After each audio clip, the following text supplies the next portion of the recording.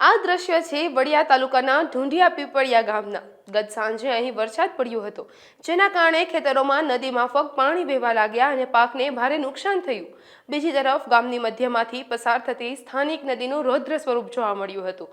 નદીના પાણી સીધા દુકાનો અને મકાનોમાં ઘૂસી ગયા હતા, જેના કારણે ભારે નુકસાન થયું હતું। હાલમાં ગામ લોકો પોતાના ઘર અને દુકાનોમાં સાફ સફાઈ કરી રહ્યા છે અને ભીના થયેલા સાધનોને સુકવવાનો પ્રયાસ કરી રહ્યા છે। મગનભાઈ દાનાભાઈ, વરસાદ બહુ થયો, પાણી પડ્યું છે 5 વીઘામાં ઊંઘરું, બાઈડ બધી ધોવાઈ ગઈ છે। સરકાર કંઈક સહાય આપે તો સારું, એમ ખુશી પણ ઓમ તો વાટા નુકસાન થયું છે। મારું નામ રાહુલ ચુડાસમા। કાલે 1.5-2 ફૂટ પાણી હતું દુકાનમાં, ઓલું મશીન, આ મશીન અને નીચે સર્કિટ આવી અને અંદર બધે પાણી આવી ગયું દુકાનમાં આખે। નુકસાન તો ઘણું હોય છે, પણ આ મશીન પછી ચાલુ થાય પછી ખબર પડે। નુકસાન તો સારું જ થયું છે, માલ બધો પલળી ગયો, બધો બારો કાઢીને જો ફૂંકવા મૂક્યો છે અને આની અંદરથી કચરો કાઢી પંખા મૂકીને બધું ફૂંકવી છે અત્યારે। કાલે વરસાદ 5:30 થી 8:30 2 કલાક વરસાદ પીડ્યો અમારે, અતિથી અતિ ભારે વરસાદ પીડ્યો તો અમારે ફરસાદની દુકાનમાં જોવા પાણી ઘરી ગયું છે અને બધું અંદર કરિયાણું ફરસાદ પલળી ગયું।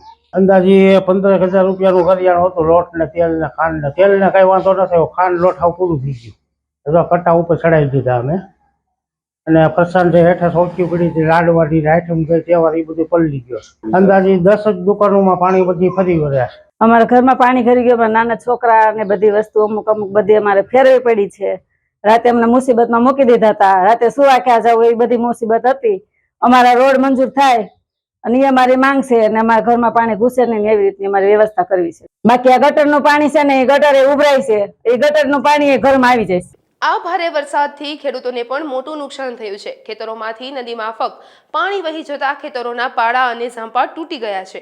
ખેતરોમાં જવાનો રસ્તાઓ પણ ધોવાઈ ગયા છે। ખેડૂતોના મગફળી, કપાસ અને ડુંગળી જેવા પાકોને પણ નુકસાન પહોંચ્યું હોવાનું સામે આવ્યું છે। ગામની પ્રાથમિક શાળાઓને જવાનો રસ્તો પણ ધોવાઈ ગયો હોવાનો આક્ષેપ કરવામાં આવ્યા છે। નદી કિનારે આવેલા મકાનોના રહેવાસીઓને રાત્રે ભારે મુશ્કેલીઓ પડી હતી અને તેમણે પોતાનો સામાન ઊંચે મૂકવા માટે ભારે જહેમત ઉઠાવવી પડી હોવાનું પણ જાણવામાં આવ્યું હતું। ગામના સરપંચ કશું જ નુકસાન ન થયું હોવાનું જણાવી રહ્યા હોવાનો ગ્રામજનો દ્વારા આક્ષેપ કરવામાં આવ્યો હતો। મારું નામ છે લાલજી વાવલિયા, ઢુંઢિયા પીપળિયા સરપંચ, બરોબર। અને ઢુંઢિયા પીપળિયાની અંદર ગઈકાલે વરસાદ 2 કલાકની અંદર 6 થી 7 વધીને 8 એથી વધુ વરસાદ પડેલ નથી। અને જે આ સોશિયલ મીડિયાની અંદર કાલ રાતના જે લોકોએ જાહેરાત આપી છે કે 15 ઇંચ વરસાદ પડ્યો, બરોબર, એ ખોટું છે હાવ બધું। અને ખોટા ભરવામાં કોઈ રહે નહીં અને પબ્લિકને ઉછેરવાનું કામ કોઈ કરે નહીં, બરોબર। અને જે લોકોને નુકસાની છે એ લોકો કાયદેસર પંચાયતે લખાવશે અને લખીને પછી પંચાયત ત્યાં જોવા જાય, બરોબર, સર્વે કરશે, સર્વે કરીને તે પછી અમે મામલતદારને રજૂઆત કરશું, બરોબર। અને હજી સુધીમાં ક્યાંય મેં તપાસ કરી હવાની અંદર ક્યાંય કાંઈ નુકસાની નથી। ખાલી નદીને કાંઠે એક રોડ જાય છે, એ રોડ એક ધોવાણો છે, બાકી ક્યાંય સર્વેમાં ક્યાંય નુકસાની કોઈને છે નહીં।